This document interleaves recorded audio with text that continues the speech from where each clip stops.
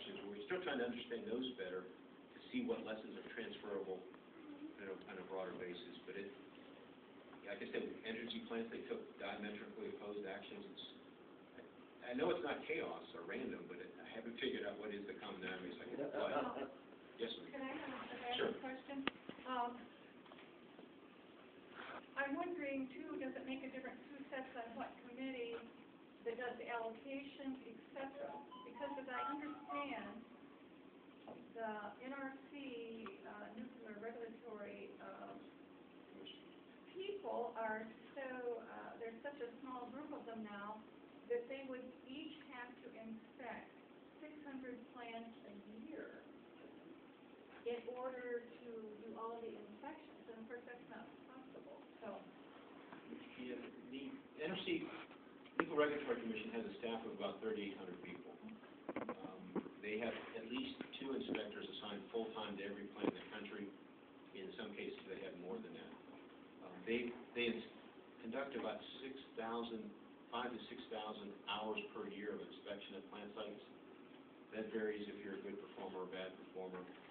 Even with that, the 2 people, the 6,000 hours of inspection, the NRC has told its commission that it inspects about 5% of the activities that are done at a plant every year. One of the things we've complained about the last 2 years is that the NRC is doing a limited scope audit. They're only looking at 5% of the activities. If you saw your front tire was flat, you would probably check the other 3 to see if they're flat or not.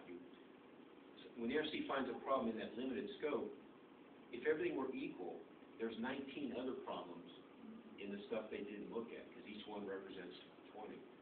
The NRC only requires owners to fix the specific problem they found. We've said, have you found the needle in the haystack? Or my friend Paul Gunter at Green Nuclear says, or do you have a haystack of needles? They're not asking that question. The related question that we berate the NRC for not doing is, there are a lot of safety inspections done by plant workers every day, every week. If a problem has been found that's been there for 20 years, why didn't those testing and inspection regimes find that before it self-revealed itself?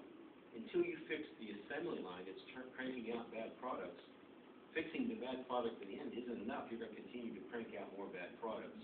So we tried to get the NRC to use its limited scope audits for the insights into fixes to the assembly line that cause good safety down the road, not just cranking out more and more bad safety. But we can't get them to do that. To me, it's a no-brainer. I can't figure out why.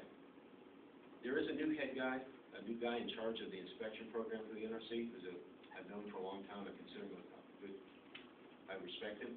I have a meeting set up in a few. I've already had a call with him last week. I'm going to meet with him in a couple weeks to talk. He wants to understand my concerns better. They are adjusting what they do and how they do it. I'm hopeful, while they might not embrace or incorporate all of my recommendations, I think hopefully we'll get a couple steps in the right direction, build some inertia to feed upon next year. So I'm hopeful that we'll make some progress.